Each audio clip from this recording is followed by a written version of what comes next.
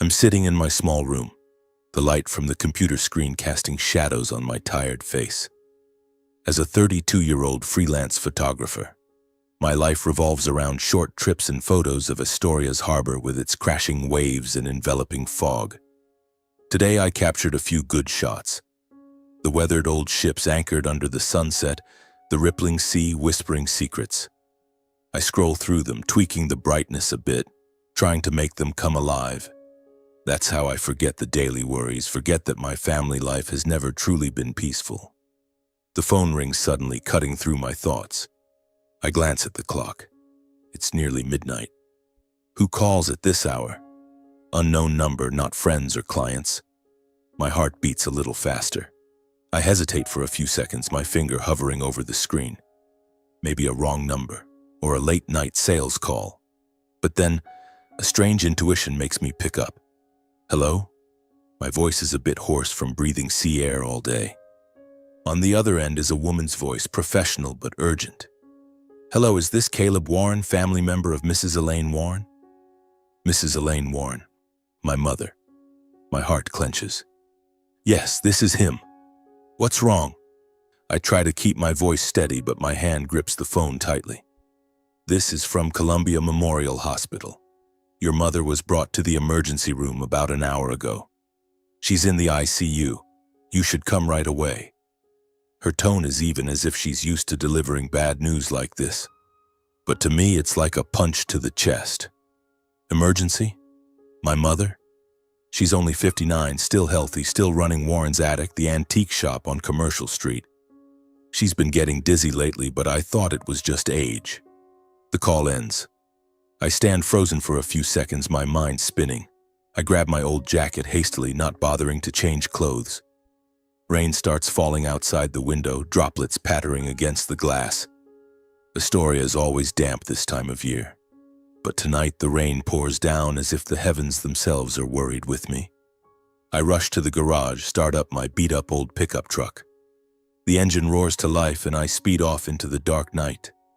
The streets are deserted, lit only by the hazy glow of street lamps. I press the accelerator harder, the truck hurtling through familiar streets. Astoria isn't big, but it's nearly 20 minutes from my place to the hospital. The rain grows heavier, visibility blurring. I suddenly think of my father and brother, wondering if they've heard about Mom's admission yet. And should I call them? Lost in my thoughts, the hospital looms into view. I park haphazardly and run into the main lobby. Rain soaks through my jacket, chilling me to the bone. A night shift staffer looks up from the desk, her face weary. I'm Caleb Warren, son of Elaine Warren. She's in the ICU, I say breathlessly, my words tumbling out. She checks the computer quickly. Yes, sir. ICU is on the 3rd floor. Take the elevator to the right, then turn left following the signs. I thank her hurriedly and dash into the elevator. My heart pounds like it's about to burst. The elevator ascends slowly. I check the clock. Past midnight now. The ICU is eerily quiet, filled only with the beeping of machines and the sharp scent of disinfectant. I walk down the hallway searching for Mom's room, and then I see them, Dad and Joel, standing on the small balcony connected to the hallway. Dad is in a black suit, his hair silver and neatly combed, his face as stern as ever. He's saying something to Joel in a low voice. Joel, tall with his hair slicked back and gleaming, nods vigorously. They don't look like they're worried about Mom. No tears, no pacing outside her room.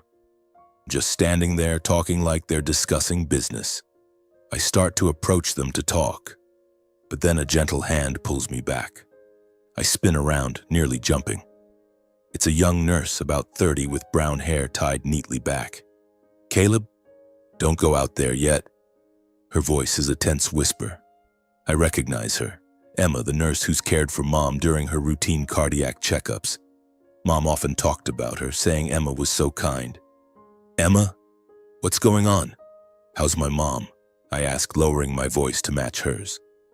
She glances around, then pulls me into a shadowed corner. Your mom's stable, but don't go out there yet. Just stay quiet, listen, and observe. Something's not right. Worry flickers in her eyes, sending a chill down my spine. Not right? What does she mean? I nod, my heart racing harder. Emma points toward the glass door leading to the balcony where Dad and Joel are standing. I creep closer, pressing myself against the wall, straining to hear. Dad's voice comes through clearly. "You have to sign these papers before she wakes up. We can't let it be any later." Joel replies, "Yes, Dad. I'll handle the rest. Just make sure no one knows." Papers? Sign before Mom wakes?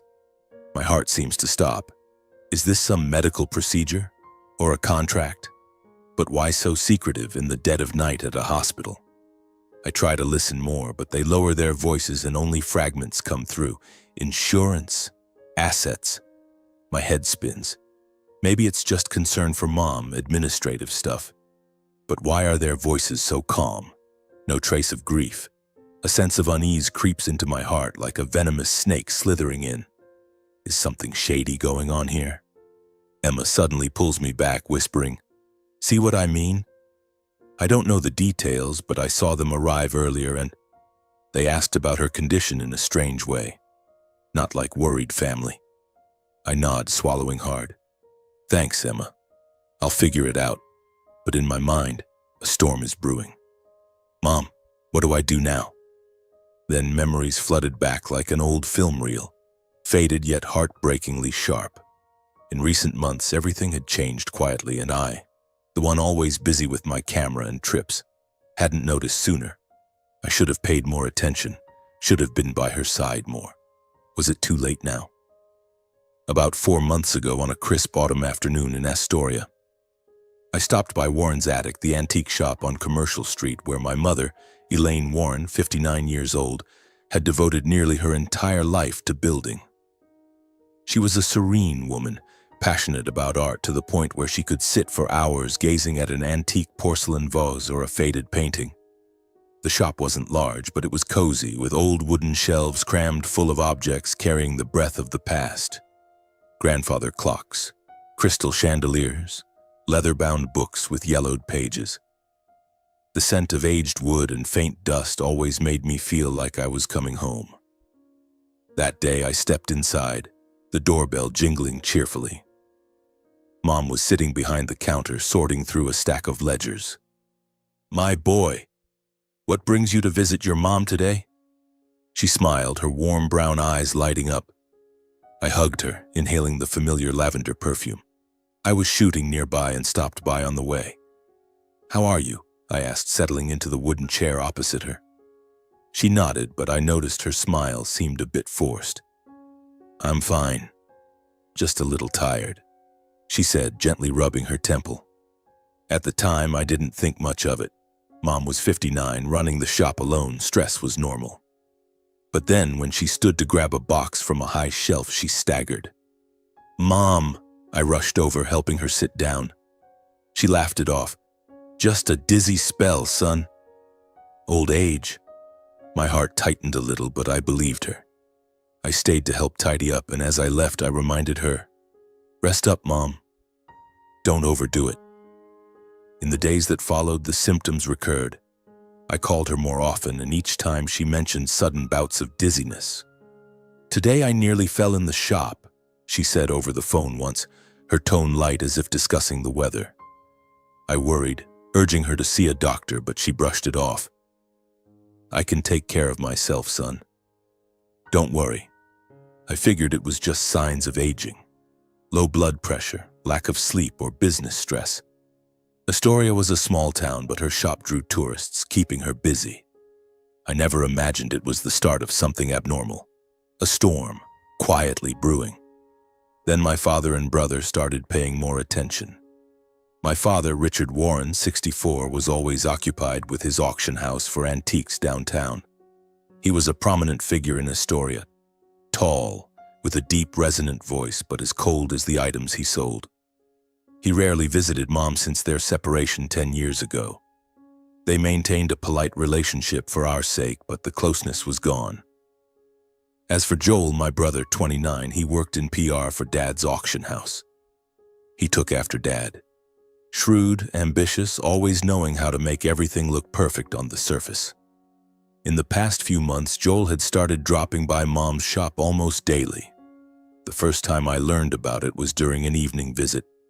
I walked in and saw Joel at the counter holding a pill bottle. "Hey, Caleb," he greeted with a wide grin. "I'm checking Mom's meds." Dad said to switch to a better one. Mom sat there looking tired but pleased. "Joel's so thoughtful, son. He brought these from Portland," she said. I was surprised. "What meds? What's wrong with you, Mom?" I asked, sitting down. Joel explained, "Heart supplements. Dad knows a top cardiologist in Portland. He prescribed these new ones. Mom gets dizzy a lot, so she needs something better." His voice was confident, like he was pitching an auction item. Dad called me later. "Don't worry, son. I'll take care of her. These are expensive but effective," he said over the phone, his tone even like reading a business report. At first, I was grateful. It had been ages since the family felt this close. I visited more often, seeing Joel check Mom's medicine cabinet, even reminding her to take them on schedule. "Take it, Mom, right at 8 p.m., he'd say, handing her a pill. Mom would smile. "Thank you, dear. Having you boys look after me like this makes me so happy." But gradually I realized her health wasn't improving. She still got dizzy, grew more fatigued, and one time even fainted in the shop. I started worrying for real. "Mom, you have to see a doctor. The new meds aren't working," I told her, my voice trembling. But when I brought it up with Dad and Joel, they dismissed it outright. "Don't meddle in grown-up matters," Dad said over the phone irritably. "I've got it handled. The Portland doctor says it's normal." Joel just laughed it off when we met. "You're overthinking it, bro." Mom's in good hands. I check on her daily. We argued once at the shop. "Why do you have to check the medicine cabinet? Mom can manage her own pills," I asked. Joel shrugged. "Dad's orders. Just to be sure." His eyes darted away, which struck me as odd, but I didn't press. I figured they were trying, and I, the free-spirited one, shouldn't interfere. But Mom's health kept declining. She grew thinner, her eyes shadowed with dark circles, her movements sluggish. The dizzy spells became frequent, and she started forgetting small things, like where she put her keys or the name of an antique piece. "I'm getting old, son," she'd say, trying to reassure me. Each visit she'd hug me tighter, as if sensing something was wrong. "You're my joy," she'd whisper. My heart ached. I took more photos of her. The shots of her sitting in the shop, afternoon sunlight streaming through the window, highlighting her gentle smile. I thought it was a way to preserve her, but deep down I feared losing her. Memories faded, pulling me back to the present in the hospital corridor. The hospital lights were stark white, but my heart felt shrouded in darkness. I wandered down the hallway, my feet heavy as if weighted with lead. The rubber-soled shoes of the nurses squeaked on the polished floor, and the pungent smell of disinfectant made my head throb. A few minutes later, I heard the glass door from the balcony slide open. I whipped around, my heart pounding. It was Dad and Joel stepping inside. They spotted me standing there, just a few steps away. In that instant, I caught the flash of surprise in their eyes. Dad's eyebrow arched, Joel halted abruptly. But then, as quick as lightning, they regained their composure. Dad smiled, a fake smile that didn't reach his eyes. "Caleb, there you are. I thought you hadn't arrived yet." His voice was even like discussing the weather. I stepped forward, trying to keep my voice steady, but my heart was racing wildly. "Dad, Joel, how's Mom? Why was she admitted?" I asked directly, staring into their eyes. The air suddenly grew heavy, as if an invisible wall had risen between us. Dad glanced quickly at Joel, then replied, "Oh, just exhaustion from overwork, son. Your mom works at the shop all day without rest." That's what the doctor said. His tone was light, as if recounting something unrelated to him. Joel chimed in, his voice smooth like he was doing PR for the auction house. "Yeah, just a minor heart episode, bro. Nothing serious. Mom's been getting dizzy lately, probably just age." I stood frozen. Exhaustion from overwork? Minor heart episode? Their words contradicted each other blatantly. Dad said exhaustion, Joel said heart issue. and their tones were too casual, as if discussing a broken antique rather than my mother lying in the ICU hooked up to machines. No tears, no worry, just evasive answers. My heart clenched, a burning anger surging up. What were they hiding? Why not just say it straight? I forced myself to ask more, my voice trembling slightly. So, what's her current condition? What did the doctor say? Dad glanced at his watch, a familiar gesture when he wanted to end a conversation. She's recovering well, son. The doctor says she'll be fine in a few days. Now Joel and I have to head back to the auction house. Important meeting. You stay and watch over her, okay? He patted my shoulder lightly, then turned and walked away, Joel following without another word. They left quickly, their footsteps echoing down the hallway, leaving me there in a storm of emotions. Recovering well? That's it? No questions about Mom? No staying until she wakes? Everything felt wrong. The intuition that something was off had now become a real fear, like a sharp knife stabbing into my chest. I turned back to Mom's room, watching her lie motionless through the glass door. Her face was pale, her lips slightly pursed as if in pain. The heart monitor beeped steadily, but each beep was a reminder. She was fighting. I couldn't just sit still. I needed to find and talk to her attending physician. Emma saw me and pointed the way to the doctor's office. I nodded my thanks and jogged down the hallway, my heart pounding like a drum. The on-call room door was open. Dr. Harlan, a middle-aged man with thick glasses, was jotting down notes. "Excuse me, I'm Caleb Warren, son of Elaine Warren. I need details on my mother's condition," I said hurriedly, breathless. The doctor looked up, his face serious. "Please have a seat. I'll explain." He gestured to the chair opposite him. I sat down, gripping the armrests tightly. "Your mother was admitted with acute arrhythmia, accompanied by a severe drug reaction." He spoke slowly, his professional tone laced with concern. My heart seemed to stop. Acute arrhythmia? Drug reaction? What exactly does that mean, doctor?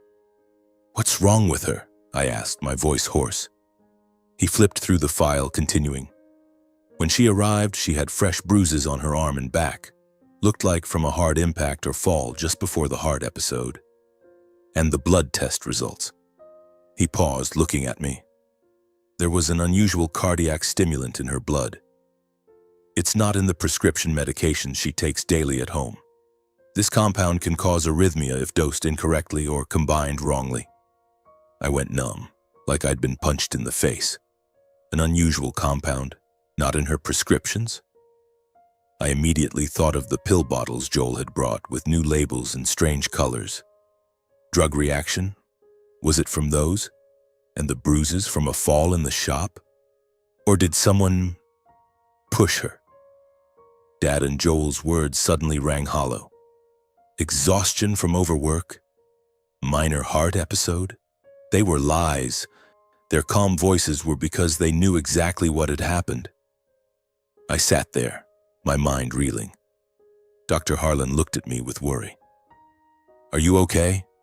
We're monitoring her closely, but you should report anything unusual from her home routine." I nodded mechanically and stood to leave. The hallway now felt endlessly long, the white walls glaring. I understood now, behind Mom's illness was something sinister. And my own family, my father and brother, were trying to cover it up. Why? For money? For assets? Or worse? Rage exploded in me, mingled with fear. I returned to Mom's room, sat by her bed, and took her hand. "Mom, I won't let them hurt you anymore," I whispered, tears streaming down my face.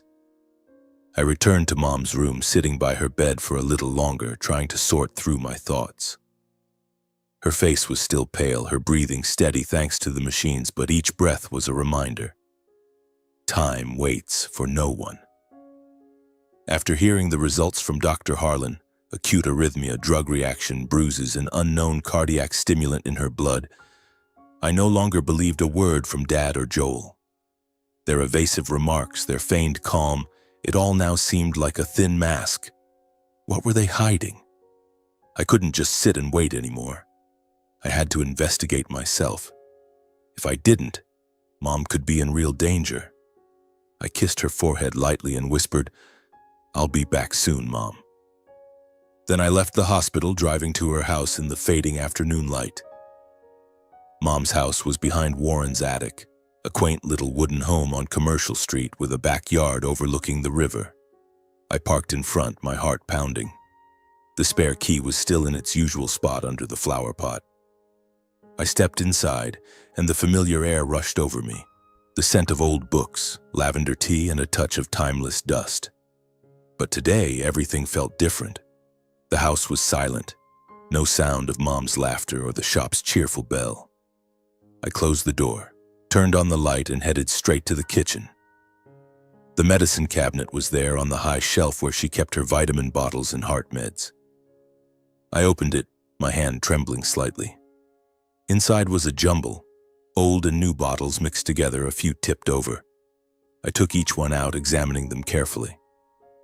First was the heart supplement prescribed by the local doctor 6 months ago.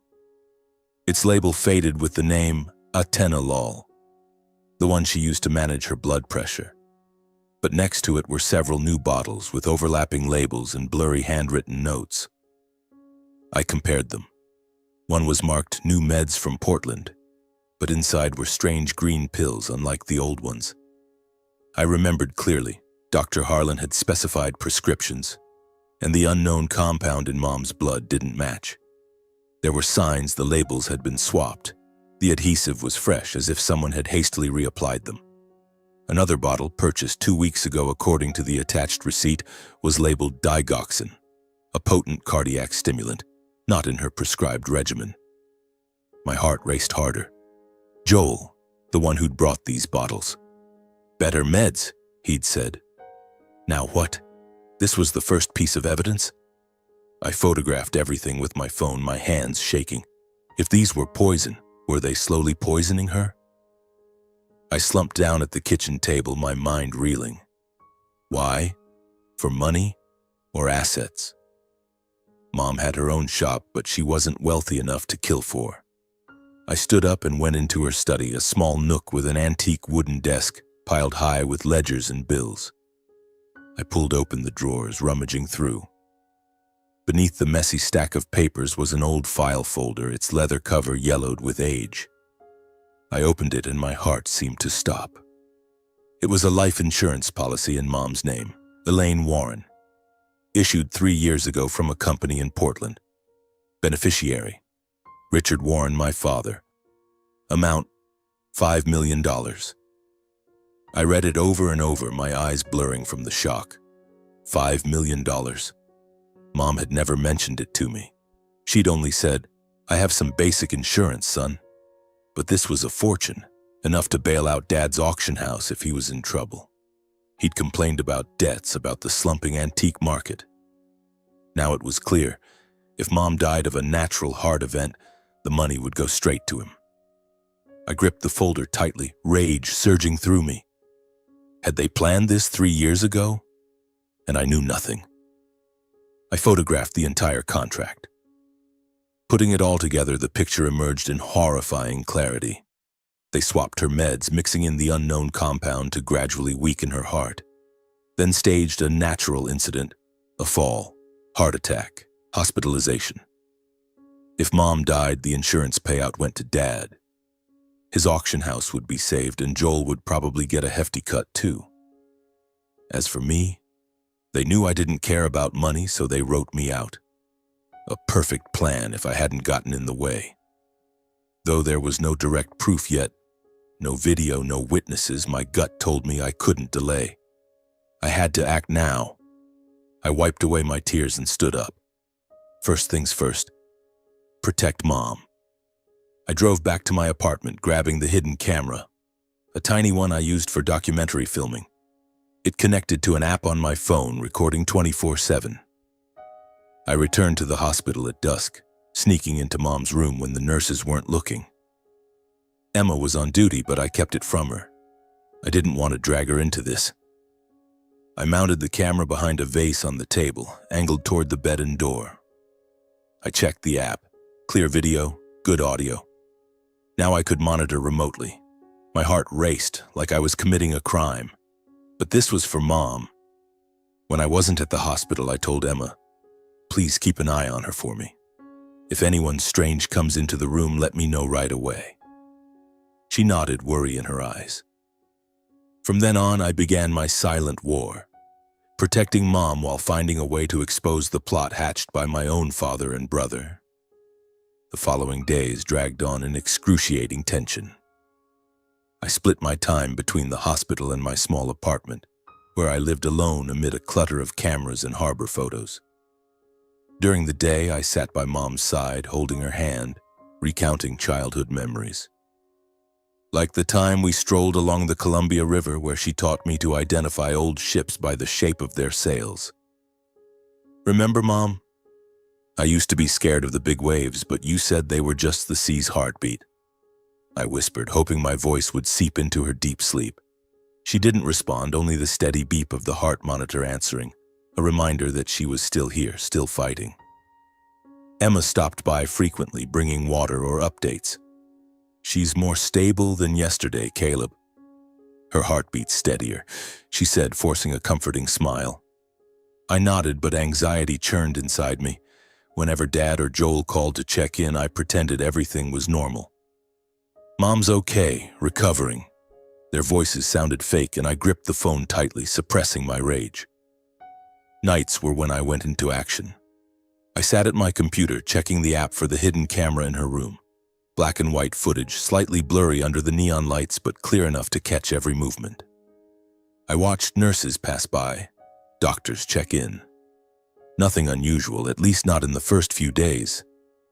One late night, about 3 days after installing the camera, I was in my apartment editing photos when my phone lit up beside me, accompanied by a soft buzz. A notification from the monitoring app. Motion detected in the room. My heart clenched. As was my routine every evening, I opened the app, assuming it was just a night shift nurse. But no, the screen displayed an image that jolted me like an electric shock. On the screen, a figure in hospital attire, a white coat, green pants, was stepping into Mom's room. The silhouette was stealthy, head slightly bowed, no name tag or dangling ID badge like regular staff. He paused by the door, glancing around as if checking for witnesses, then approached the bed. My heart pounded, blood rushing to my head. It wasn't Emma, not Dr. Harlan, not anyone I'd seen on shift. His face was obscured under a cap, but his actions were unmistakable. He leaned close to the bed, his hand reaching for the IV line attached to Mom's arm. His fingers furtively adjusted the valve as if injecting something or altering the flow. "No," I shouted into the empty room, nearly dropping the phone. What was this? An intruder? Who hired him? Dad? Joel?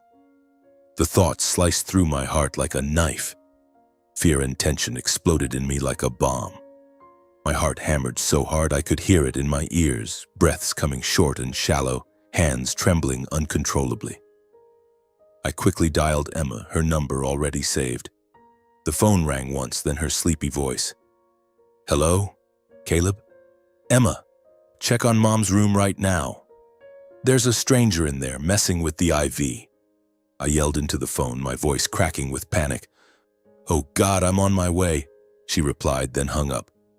But I couldn't wait. No time for a response. I bolted from the chair, grabbed my jacket hastily, snatched the car keys. The apartment door slammed behind me as I stumbled down to the garage, nearly tripping. The engine roared to life, and I sped out onto Astoria's midnight streets, rain pattering on the windshield. The streets were deserted, lit only by hazy street lamps, the rain growing heavier by the second. I floored the accelerator, the car hurtling through familiar roads, water spraying from the tires. My mind raced. Mom, please be okay. What if he injected poison? The unknown compound last time. Was this round two? I pictured her face, her gentle smile, and tears streamed down my cheeks. "You have to live, Mom," I muttered, my hands gripping the steering wheel until my knuckles turned white. Time stretched endlessly. 15 minutes of driving felt like hours. I called Emma back. "What's happening?" "I'm running there now. They've alerted the whole hospital. she panted. I hung up, praying. Rain lashed the windshield, wipers squeaking like my erratic heartbeat. Finally, the hospital came into view, its white building stark under flickering neon lights. I parked haphazardly and sprinted into the lobby, soaked to the bone. My heart felt like it would burst as I dashed into the elevator. The ICU was in chaos, medical staff rushing into Mom's room, shouts for the doctor echoing. I shoved through the door into the hallway. Doctors were performing emergency resuscitation. The monitor showed arrhythmia, the heart rhythm dancing chaotically on the screen, emergency alarms blaring relentlessly. "Weak pulse. Prepare defibrillator," a doctor yelled. I stood frozen outside the glass door, watching Mom lie there, her body twitching slightly, face ashen. "Mom," I whispered, pounding my fist against the glass. Emma stood in the hallway, her face drained of color, hand clutching her chest. "Caleb. She just went into sudden cardiac arrest." I got there in time, saw the stranger running out. I yelled, and then she started seizing. Her voice trembled, eyes red-rimmed. I put my arm around her shoulder. "Thank you. You saved her." But my heart ached like it was being torn apart. The doctors worked frantically, administering meds, shocking her, artificial respiration. Time crawled like molasses, each second a torment. I paced the hallway, praying silently. Memories flooded back. Mom hugging me as a child, singing lullabies by the river. "Don't leave me, Mom," I muttered. Luckily, thanks to the early detection and prompt intervention after hours of tension, her heart stabilized again. Dr. Harlan emerged, wiping sweat from his brow. "She's out of immediate danger." We flushed the unknown substance from the IV. Someone had tampered with it. "She'll recover gradually." I exhaled in relief, my legs buckling as I slumped into a chair. It felt like I'd just pulled her back from the fragile edge between life and death. She was still weak but alive. I glanced through the glass, seeing the steady heartbeat return. Tears rolled down my face, mixed with fury. Who did this? I knew. Dad and Joel. This was the final step in their plan. After asking Emma to watch over Mom, "Stay with her, please, I have to handle this," I said, and she nodded. I headed straight to the hospital's security office in the basement. The room was dimly lit, crammed with surveillance screens. The night guard, a portly older man, looked surprised to see me. "I'm Elaine Warren's son. I need to review the ICU hallway footage from the time of the incident, around 1 a.m. I said urgently, my voice shaking with anger. He checked, then rewound the tape. On the screen it was clear. A figure in a hooded coat, face obscured by a mask and cap, entering the ICU through a side door, for staff only. He moved stealthily, avoiding main cameras, but one angle caught him. He entered Mom's room, stayed a few minutes, then left just moments before her crisis hit. The face was too dark and covered to identify, but the external parking lot security had captured the license plate of the car he used to leave. A black sedan, Oregon plates, 7HJ-492. I clenched my fists, nails digging into my skin until it bled. For the first time, I had a real trace of the one behind the plot to harm my mother. "Print the photo and plate for me," I demanded of the guard. He complied. Leaving the security room, the rain still fell, but I didn't feel cold. Rage boiled inside me. I returned to Mom's bedside. Thank God she was still stable. I sat by her, telling her a light-hearted story. But my heart was filled with resolve. Whoever hurt her would pay, and I would be the one to expose them. That night, I lay awake until dawn, my mind mapping out a plan. I couldn't do this alone anymore. I needed a professional. The next morning, as the sun peeked through Astoria's thick gray clouds, I drove to the office of Mark Daniels, an acquaintance lawyer downtown. Mark was an old friend from college, a tall guy with a deep, warm voice, specializing in local civil and criminal cases. His office was small but tidy, lined with bookshelves full of files and the faint aroma of coffee. I knocked on the door, my heart racing. "Caleb? Long time no see. Come in," Mark greeted, his face registering surprise at my exhausted appearance. I sank into the worn leather chair and began to tell him everything, laying it all out, holding nothing back. Mark listened intently, scribbling notes furiously, his expression shifting from surprise to fury. "My God, Caleb, this is a murder plot. Why didn't you go to the police sooner?" I shook my head. I was afraid I didn't have enough evidence. But now I do. I handed him everything. Photos of the medicine cabinet, the swapped label bottles, a copy of the insurance contract, footage from the hidden camera capturing the stranger, and the stills of the license plate extracted from the hospital security room. "This plate, 7HJ-492, it can be traced to the owner." Mark reviewed it all, his eyes narrowing. "All right, we'll make this official. I'll draft the complaint right away." Mark moved swiftly.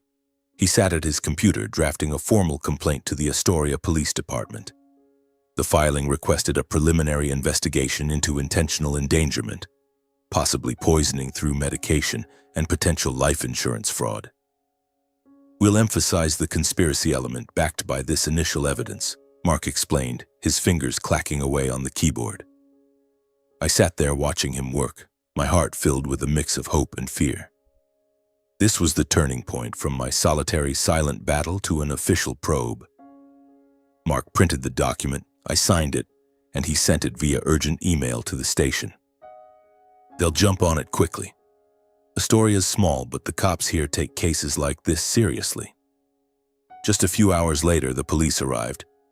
2 officers, a middle-aged man named Thompson, burly with a thick mustache, and a young female officer named Reyes with sharp eyes, stopped by the hospital first, then came to Mom's house.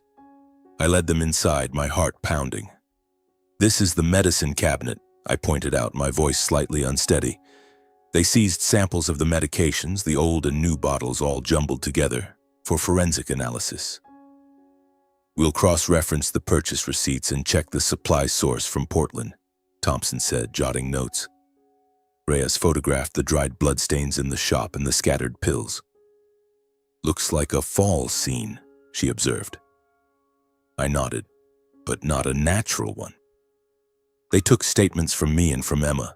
She recounted the stranger from the night before, her voice trembling. "I saw him bolt out the side exit." The police reviewed the hidden camera footage and the license plate images. "We'll run this plate," Thompson promised. I exhaled in relief, but a heavy weight lingered in my chest. This was my family, my father and brother, now suspects. 3 days later, Thompson called me to the station. The Astoria police office was modest, smelling of coffee and old paperwork. "Preliminary results here," he said, handing me a sheet. The medications contained traces of an unusual cardiac stimulant, matching the compound found in Mom's blood upon admission.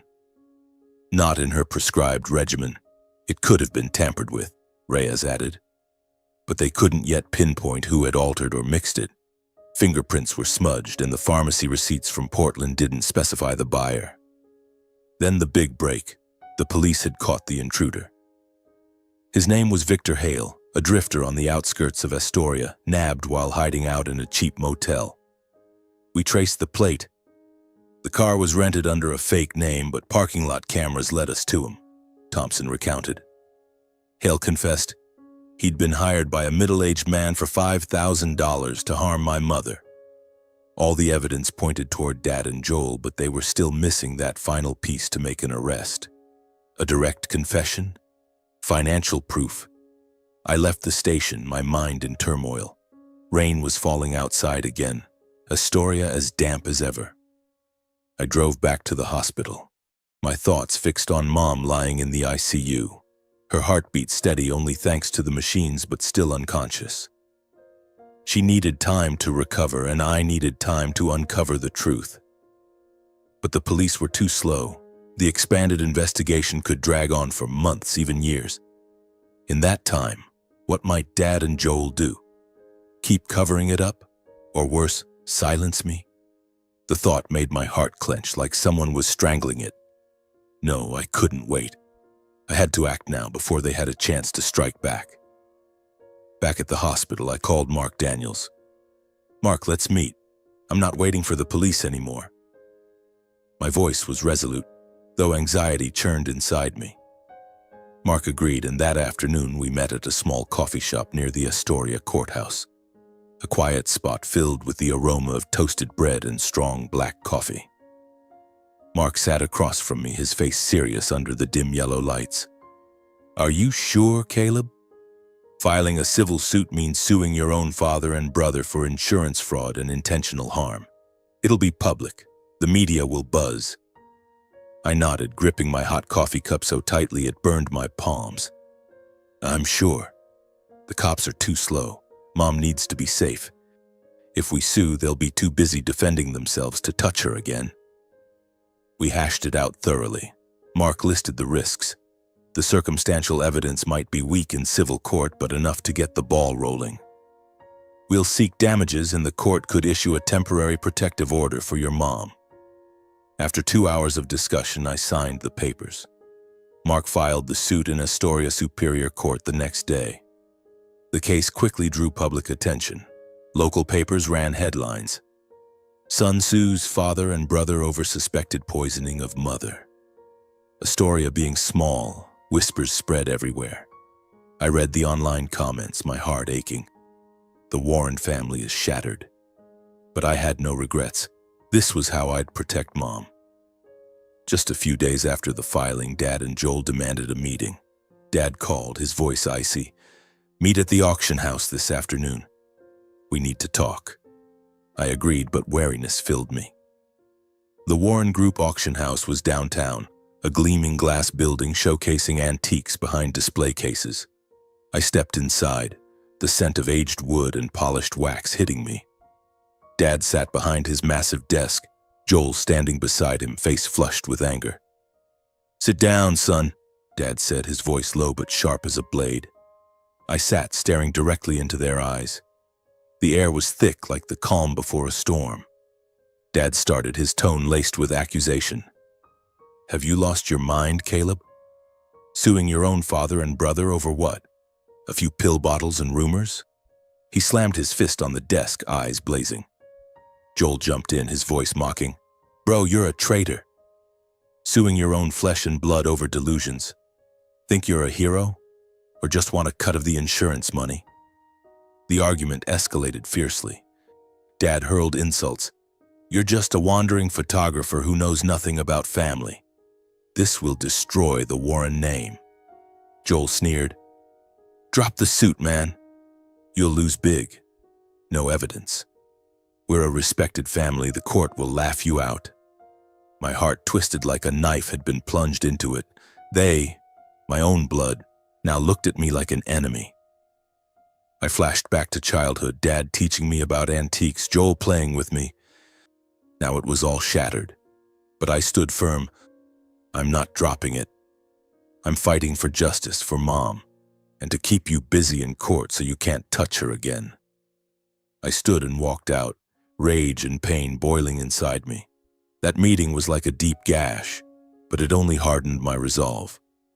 The trial began 2 weeks later in the Astoria courthouse, an old building with gleaming wooden benches and a solemn atmosphere. Public buzz was intense. Reporters crowded the entrance, cameras flashing. I sat at the plaintiff's table, Mark beside me, my heart pounding like it would burst. The judge, a stern, middle-aged woman, banged her gavel to open the proceedings. In the early days, my lawyer, Mark, laid out the chain of evidence logically and sharply. He started with Mom's health decline. Elaine Warren, 59, began weakening 4 months ago with symptoms of dizziness, fatigue, fainting, all consistent with a reaction to an unknown drug. Mark displayed slides of the medicine cabinet photos, the swapped label bottles. These weren't in her prescription. They contained a cardiac stimulant that induced arrhythmia. Then the insurance policy. $5 million, beneficiary Richard Warren, a clear motive. The hidden camera footage played on the large screen, the stranger sneaking in, then Mom's seizure. The courtroom fell silent. I heard murmurs. Mark called witnesses. Dr. Harlan testified about the blood tests, Emma about the break-in night. "I saw him run out," she said, trembling. Our side was strong, but anxiety gnawed at me. Would it be enough? The defense countered aggressively. Their lawyer, a tall, booming-voiced man from Portland, called Richard to the stand. My father appeared composed in a crisp black suit, silver hair gleaming under the courtroom lights. He gave me a cold glance, then testified, "It's all a misunderstanding." I switched the meds on advice from a Portland doctor friend, for her benefit. Elaine was often tired, I was just concerned. His voice was steady, like recounting a business deal. On the insurance, the policy was just a precaution taken 3 years ago when we were still close. No plot. The gallery nodded. Dad was a prominent figure, owner of the esteemed auction house. Joel followed, playing the dutiful son. He sat ramrod straight, eyes artificially red-rimmed. I'm heartbroken being accused by my own brother. I only brought the meds to help Mom on Dad's say-so. Why would he think I'd hurt her? His voice quavered, tears streaming down. Perfect acting. The media swiftly tilted toward them. Papers ran, respected family slandered by rebellious son. Reporters interviewed outside, Richard Warren, victim of family misunderstanding.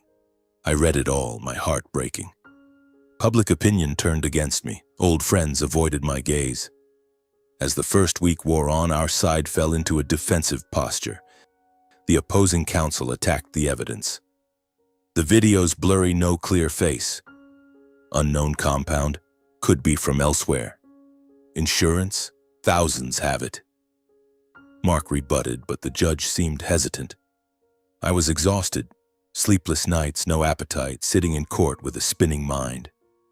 Each evening at the hospital, seeing Mom still in a coma, I wondered, am I going to lose? Lose to the man who fathered me? Fear grew like a shadow enveloping me. Dad and Joel, they knew how to play this game, with money and connections. Richard maintained his image as the ideal father in public. He spoke outside the courthouse, voice tinged with sorrow. I love my ex-wife. I only want her well. My son has misunderstood. Joel would flash a half smirk leaving sessions, looking at me like the victor. It made me tremble with rage. Mark tried to reassure me. Don't lose faith. Sometimes justice just needs one small piece to fall into place. The trial dragged into its 9th day, everything seeming to head toward a dead end, until one day a message from the hospital stunned us both. Mom was showing signs of waking. That day, my phone buzzed in my pocket, a soft vibration, but to me it sounded like thunder. I glanced at the screen, my hands trembling. A message from Emma. Caleb, your mom is showing signs of waking. She's opened her eyes. I read it over and over, my heart pounding like a war drum. Stunned, I turned to Mark. Mom is showing signs of waking. Mark stared at me, eyes wide. What? Really? We both froze for a few seconds, like a ray of hope piercing through the thick darkness. Was this the missing piece? Would Mom testify? But I couldn't wait. I whispered to Mark. I have to go right now. He nodded. Go. I'll handle the court. I raced straight from the courthouse to the hospital upon hearing the news that Mom was showing signs of waking. After so many days in a coma, so many nights sitting by her bed, so many silent prayers, God had finally heard my desperate pleas. On the drive to the hospital, my mind spun wildly. The car hurtled through Astoria's familiar streets, rain pattering on the windshield, wipers squeaking like my erratic heartbeat. Mom showing signs of waking. After so many days in a coma, after so many nights I'd sat by her bed, holding her cold hand, whispering, Wake up, Mom. I need you. She'd lain there, still as a statue, machines sustaining her fragile life. Now what? Hope surged, but mingled with fear. If it was just a fleeting moment? If she didn't remember? Memories flooded back. Mom young and vibrant in Warren's attic, beaming as she arranged antiques. Son, life is like your photos, you have to capture the moments. She'd taught me to love art, to cherish objects that carried old stories. Now, if she woke, could she tell the truth to save the case? I pressed the accelerator harder, the car slicing through the fog, my heart on the verge of bursting. The hospital came into view, its white building stark under the fading afternoon sun. I parked haphazardly and sprinted into the lobby, drenched in sweat. Emma was waiting at the nurse's station, her face lit up but anxious. "Caleb." She opened her eyes half an hour ago. "Dr. Harlan is examining her." I hugged her tightly. "Thank you." We rushed into the elevator. The ICU hallway was eerily quiet, thick with the scent of disinfectant. Dr. Harlan stood outside the room, jotting notes. "Caleb, good news. Elaine is showing signs of waking, opening her eyes, calling your name. But she's very weak. We need to monitor closely." I nodded and stepped into the room, my heart hammering. She lay there, eyes half open, her face pale but alive. "Mom," I whispered, sitting by the bed, taking her hand. She squeezed it faintly, her voice weak. "Caleb, my son." Tears streamed down my face. Dr. Harlan announced, "She's awake and oriented, but her heart is still weak. We're ramping up security, only you and Nurse Emma in the room." The hospital acted swiftly. Guards posted outside, additional cameras installed. I understood precautions against Dad and Joel.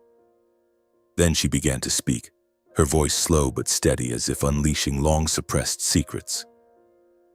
"Son, these past months, Richard and Joel kept bringing new meds to the shop. They said it was better stuff prescribed by a Portland doctor." She whispered, her eyes distant as she sifted through memories. I froze, my heart clenching like it was being squeezed.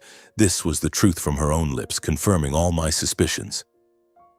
"Joel came by daily, checking the medicine cabinet, reminding me to take them on time. Your father called saying, 'I know a famous doctor, I'll take care of her.' I believed them because they were family." She paused, breathing heavily, and Emma adjusted her pillow for comfort. I stroked her hand. "Keep going, Mom. If you're tired, rest. But I need to know everything." She shook her head faintly. "I have to tell you, son. I noticed something off. The pill color changed, not like the ones from the local doctor. After taking them, I got terrible dizziness, nausea, exhaustion, like all my strength was drained." I asked Joel and he brushed it off. "Just normal side effects, Mom. Don't worry. It's good medicine." Her voice quivered. I gripped her hand tighter, rage boiling in my chest. It all fit. The swapped label bottles I'd found in the cabinet, the unknown compound in her blood upon admission, the dizzy spells she'd mentioned before. They were poisoning her slowly, and she'd suspected but couldn't bear to think ill of her ex-husband and son. She took a deep breath and continued. "I remember clearly the day before I passed out. That day, Joel came to the shop alone, carrying a thick stack of papers. He sat down, face serious. 'Mom, Dad needs you to sign some insurance paperwork, just precautions. Updating the old contract.' I read through. It was related to the life insurance policy from 3 years ago, but I refused. 'I'm not signing, Joel. Leave it be. I don't want to be involved anymore.' Joel got angry, his face flushed, yelling, 'You have to sign. Dad needs the money for the auction house. This is the only way.' Then he shoved me hard. I fell against the wooden cabinet corner, my back slamming, head spinning, and then everything went black." She stopped, tears rolling down her wrinkled cheeks, her voice breaking. I went numb, like I'd been punched in the chest. It all matched the investigation perfectly. The meds they'd brought with swapped labels, the bruises on her back and arm that Dr. Harlan had discovered, the insurance policy from 3 years ago I'd found in the drawer. Joel had shoved her to force the signature, and she'd passed out from the drugs and the trauma. My heart ached, rage mingling with sorrow. "Mom, why didn't you tell me sooner? I could have stopped them," I whispered, my voice cracking, tears falling onto her hand. She wiped my tears. "I couldn't believe it, son. Couldn't believe my son and ex-husband would do this. I thought it was a misunderstanding. But now, I remember everything and I'll tell it all." I sat there, my mind reeling with the final pieces falling into place. As her strength allowed, she shared more details, the times Joel swapped old bottles for new. He said the old ones expired, but I saw they were still full. I took them and the dizziness hit right away. She spoke of Dad. Richard called weekly asking if I'd taken the meds. He said, "Take them, I've got it covered." I believed him, remembering how he used to care back then. Each word cut like a knife, but it was ironclad evidence. Memories surged. The last time I'd visited the shop before her admission, she'd been exhausted but brushed it off with a smile. "I'm fine, son, just old age." Now I understood she'd hidden it to protect the family, not wanting me to worry. "Mom, I'm suing them in court." "Your words will change everything." "I'll record it," I said, my voice trembling with emotion. She nodded. "I'm ready to testify." "I'm not afraid anymore, son. I want justice." I immediately called my lawyer, Mark. Dialing from the hospital room, my voice urgent. "Mark!" "Mom's awake. She's told me everything. The meds from Richard and Joel, the side effects, the shove from Joel, the insurance papers. It all matches." Mark whooped on the other end. "My God, Caleb, this is our game changer. I'm coming right now with the recorder and documents." Mark arrived at the hospital within the hour, dressed in a sharp suit, his face alight with excitement. Dr. Harlan and Emma witnessed as Elaine gave her formal statement. She recounted the details, her voice weak but clear. Mark recorded and took notes. "I, Elaine Warren, affirm that what I've stated is true." She signed shakily on the paper, notarized legally by the doctor and on-duty nurse. Mark clapped my shoulder. "This is the final piece, Caleb. We'll win." The very next day, Mark submitted Mom's affidavit to the court, requesting a recess to add the live witness. The judge agreed to a 1-week postponement. The courtroom buzzed as the news was read aloud. "Elaine Warren, the victim, has awakened and provided new testimony." The news spread like wildfire, shocking all of Astoria and rippling across Oregon. Local papers blared headlines. "Elaine Warren awakens, accuses ex-husband and son of poisoning." Reporters swarmed outside the hospital, cameras flashing, but security held them back. TV interviews buzzed. "The victim in the high-profile family lawsuit has woken and is ready to testify." A dramatic twist. Public opinion flipped, from pitying Dad and Joel to outrage. "They're monsters." Online comments erupted. "Elaine Warren, a strong woman." I sat by Mom, reading the news to her, my heart filled with hope. She smiled. "Justice will come, son." But I knew the final trial would be fierce. Dad and Joel would counterattack. Memories of our shattered family pained me, but now that she was awake, everything had changed. This was the true beginning of justice. The very next day, Mark submitted Mom's affidavit to the court, requesting a recess to add the live witness. The judge agreed to the postponement. The courtroom buzzed as the news was read aloud. "Mrs. Elaine Warren, the victim, has awakened and provided new testimony." The news spread like wildfire, shocking public opinion across all of Astoria and rippling into the state of Oregon. The waiting days until the trial resumed stretched on endlessly, even though it was only about 2 months. I split my time between the hospital and Mark's office, preparing for the decisive day. Mom gradually grew stronger. She could sit up, eat thin porridge, and recount old stories in a weak but warm voice. "Son, I remember the day you took your first photo, the Astoria Harbor at sunset. I was so proud," she said, stroking my hair like she did in my childhood. I smiled, but my heart was heavy. She'd lost so much weight, her skin wrinkled, her eyes shadowed from days in a coma. Public sentiment continued to boil. Oregon newspapers ran series, "The Warren Case, From Dark Conspiracy to Miracle Awakening." Reporters interviewed neighbors and old customers from Warren's attic. Elaine was a kind soul, passionate about art. Can't believe her ex-husband and son would do this. Social media exploded. Hashtag Justice for Elaine trended, people sharing personal stories of broken families. Some supported my father. "Richard Warren's a successful businessman, must be a misunderstanding." but the majority were outraged. Poisoning your own mother for money? Disgusting. I read it all, my heart aching. My family had become a public spectacle. Joel texted, "You and Mom stop this." She's confused. I deleted it, no reply. Dad called once, voice icy. "Good that your mom's awake. But don't let her talk nonsense." I hung up, trembling with rage. They were scared. Mom's words would turn the tide. The final trial resumed after nearly 2 months on a crisp morning in Astoria. The courthouse was packed, spectator seats full, media from across Oregon crowding in, live TV cameras rolling.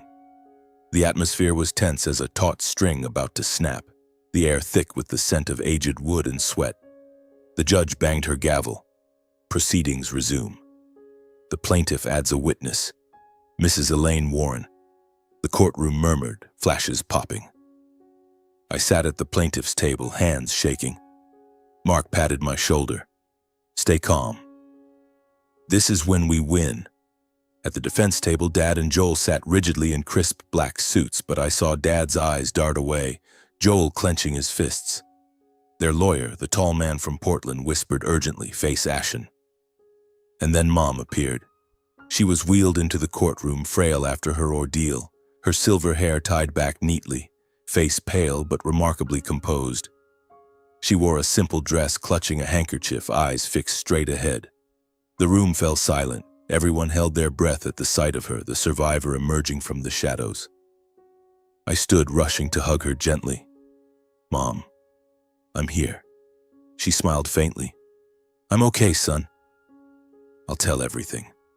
She was wheeled to the witness stand and sworn in. "I will tell the truth, the whole truth." Mark questioned first, voice gentle. "Mrs. Elaine, can you detail what happened leading up to your illness?" She took a deep breath, voice weak but clear. "A few months ago, my ex-husband Richard and son Joel started bringing new medications to the shop. They said better meds prescribed by a Portland doctor. I took them, but the pills were a strange color. After I got severe dizziness, nausea. I asked and they brushed it off. Just normal side effects." The courtroom went still, only the frantic scribble of notes breaking the hush. She continued. "The day before I passed out, Joel came with a thick stack of papers. He said, 'Dad needs you to sign some insurance forms, just precautions.' I read them. It was an addendum to the old policy from 3 years ago. I refused. 'I'm not signing.' Joel got angry, shoved me hard against the wooden cabinet. I hit my back, head spinning, then blacked out." She paused, tears streaming down. The room froze as she said, "I couldn't believe my own son would do that." Her voice broke. The courtroom was pin-drop silent, a few spectators dabbing their eyes. I sat there, heartbreaking. Mom spoke without bitterness, only sorrow. Dad bowed his head. Joel went pale. Their lawyer whispered frantically. Mark rose, presenting the full evidence aligned with Mom's testimony. He displayed large slides. Mrs. Elaine's account matches the medication forensics, the unknown compound in the swapped label bottles brought by Joel. Then the statement from the intruder, Victor Hale. "A middle-aged man with silver hair hired me. Matches Mr. Richards' description." Mark added, "Combined with police toxicology results, the cardiac stimulant mix, and financial records from Warren Group. $2 million in debt, hidden transfers matching Hale's payment." He listed them. Photos of the medicine cabinet, hidden camera footage, dried blood in the shop, the insurance policy. Every piece now fits perfectly. A gradual poisoning plot, coerced insurance signing, then hiring someone to finish it in the hospital. The courtroom erupted in murmurs. The judge nodded. The defense tried to counter, "Mrs. Elaine is confused post-coma." No direct evidence. But it fell flat. Public opinion had shifted. Dad and Joel sat stone-faced, ashen. The trial stretched into the afternoon, but the verdict came faster than I expected. The judge banged her gavel, voice stern. "Upon review, the court rules Richard Warren is sentenced to 40 years imprisonment for conspiracy to murder. His ex-wife, organized attempted murder, and life insurance fraud." The room exploded. Dad hung his head as he was led away. Joel Warren receives 18 years for aiding and abetting assault and obstruction of justice. Joel sobbed, looking to me for mercy, but I turned away. All assets and shares in Warren Group were seized entirely, used to compensate Mom and cover legal fees. About $3 million, enough for her to live comfortably. The courtroom applauded. Reporters rushed out. Warren case ends. Justice for the victim. I hugged Mom, tears falling. It's over, Mom, she whispered. Thank you, son. After the trial, life changed completely. I sold my Astoria apartment, the place full of painful memories, for a fair price. Mom and I left the city, moving to Newport, a quieter coastal town with gentle waves and fresh air. We rented a small house near the beach where the wind carried scents of salt and freedom. Mom regained her strength. She could walk, eat better, her smile returning. We opened a little antique shop called Elaine's Attic, a fresh start. It wasn't big, just a few old wooden shelves stocked with grandfather clocks, faded porcelain vases, yellowed leather books, the things she loved. She'd sit behind the counter arranging items, sharing stories with customers. This one's from the 19th century, full of old secrets. Tourists stopped by and she'd beam, "A new life, son." Each morning I'd wake early, camera in hand, shooting the Newport harbor. White-capped waves, fishing boats at anchor, fog lifting in the sun. Those photos were therapy, blurring the painful memories. Back home, Mom would rearrange old frames in the shop, shots I'd taken of her in her youth, our family, long ago. She'd caress them. "The past is gone, son. Now it's the future." I'd nod, warmth filling my heart. In a new photo album, I inscribed a single line: "Not all justice comes from the courtroom. Some things only a survivor's heart can understand." That summed it up. The court gave the verdict, but healing came from love, from Mom and me together. Our days in Newport flowed peacefully. Mom often sat by the window, gazing at the sea. "I was so afraid of losing everything, but you saved me." I'd hug her. "You saved me too, Mom." We avoided news of Dad and Joel. They were in prison, the auction house dissolved. Public buzz faded, but the scars lingered. I photographed more, sold prints online, lived freely. Mom started small art classes, sharing her passion. Our new life wasn't wealthy, but it was meaningful. Each sunset we'd walk the beach, wind tousling our hair. "Thank you for life, son," she'd say. I'd smile. "Thank you, Mom." And that was enough. Life in Newport is like a new painting, where the colors are brighter but still streaked with faint shadows from the past. Each morning as the sun rises through the coastal fog, I step out of the small wooden house we've rented, my camera slung over my shoulder, and walk along the damp sand.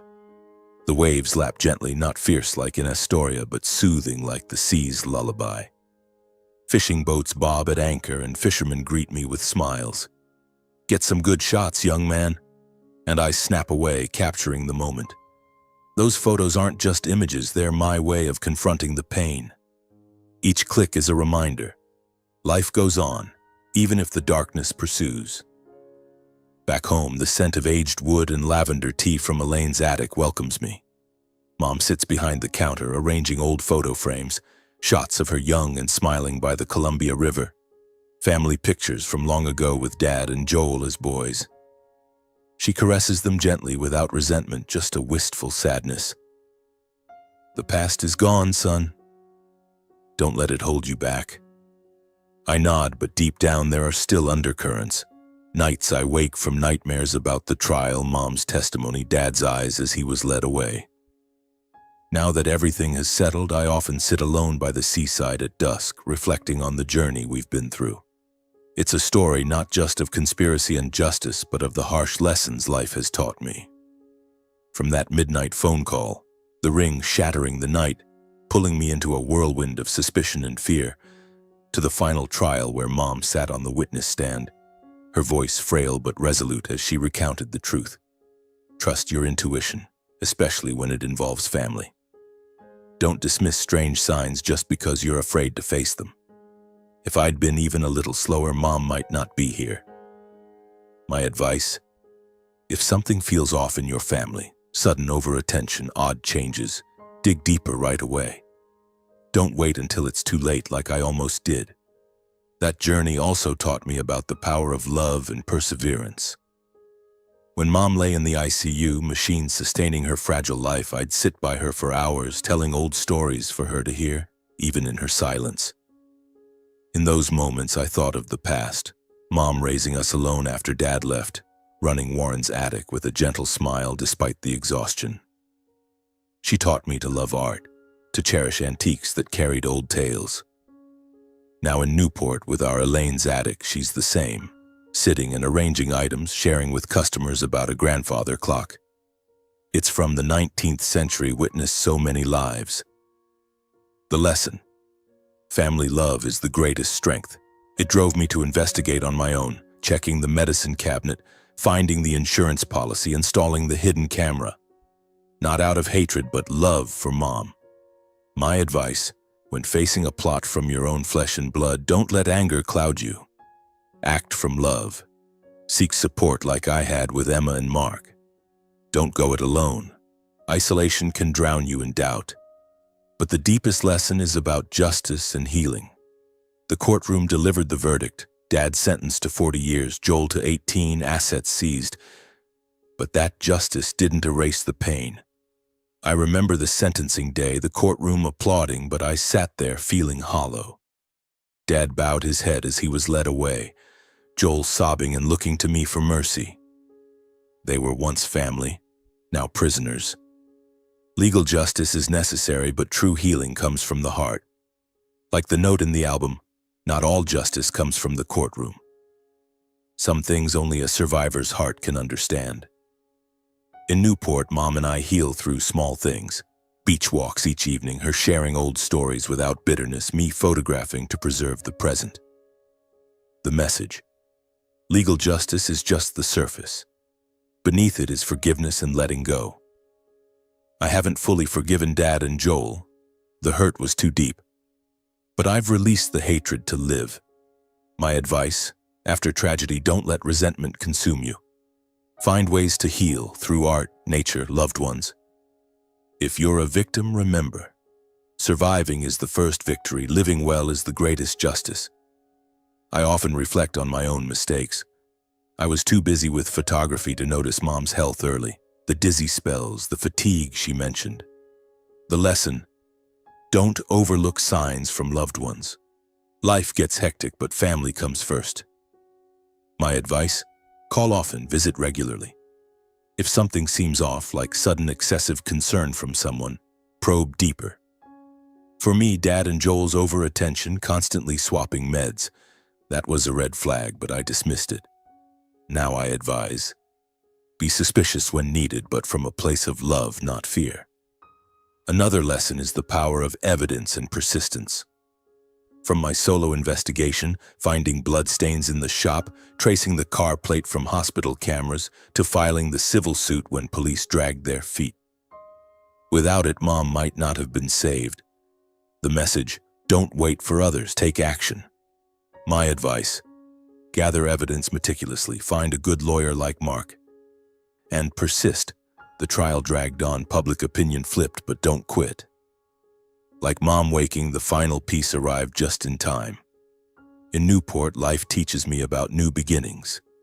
The little shop, visitors stopping by, Mom beaming. I photograph, sell prints online, live freely. The lesson: the past doesn't define you. My advice: after loss, dare to change. Leave painful places, seek new ones. For us, Newport is peace. In the end, my message: life is full of surprises, from darkness to light. The lessons are to trust, act, and heal. My advice: live with your heart, for only it understands everything.